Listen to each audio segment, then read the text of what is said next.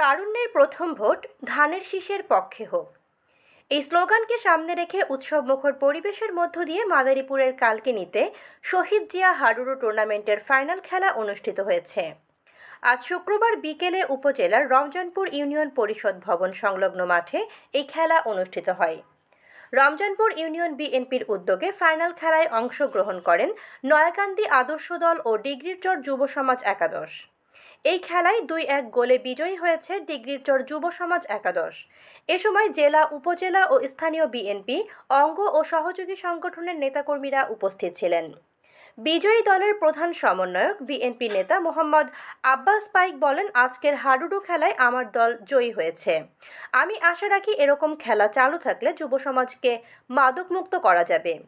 এই ব্যাপারে খেলার প্রধান সমন্বয়ক বিশিষ্ট ব্যবসায়ী মোহাম্মদ মামুন ব্যাপারী বলেন, যুব সমাজকে মাদক ও জুয়া খেলার আসর থেকে দূরে রাখার জন্যই এই খেলার আয়োজন করা হয়েছে। বিশেষ করে হাডুডু খেলা এলাকা থেকে বিলীন হয়ে যাচ্ছিল, পুরাতন ঐতিহ্য ধরে রাখতেই এই খেলা।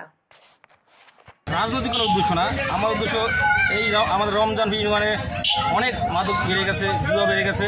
এই জুয়া মাদক বন্ধ করার উপলক্ষে আমি এই জনগণের আমি আনন্দ দিই। এই খেলার মাধ্যমে আমি এগুলা সমাধান করি। আমি মাদক সেবন থেকে এই রমজানপুরবাসীকে মুক্ত করবো ইনশাআল্লাহ। যে আমরা হাডুডু টুর্নামেন্টটা ছাড়ার উদ্দেশ্য হলো যে আসলে বাংলাদেশ থেকে এক প্রকার হাডুডু আপনার বিলীন হয়ে গিয়েছে। এই বাংলার ঐতিহ্য জাতীয় খেলাকে আবার আমরা ফিরিয়ে আনার জন্য হাডুডু টুর্নামেন্টের আমরা আয়োজন করেছি।